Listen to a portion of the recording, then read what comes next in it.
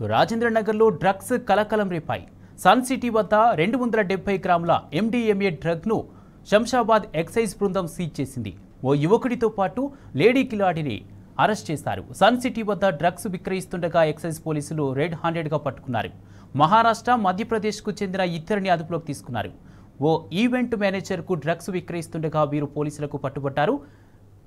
NDPS act కింద case నమోదు చేసి దర్యాప్తు చేస్తున్నట్టు శంషాబాద్ ఎక్సైజ్ పోలీసులు తెలిపారు.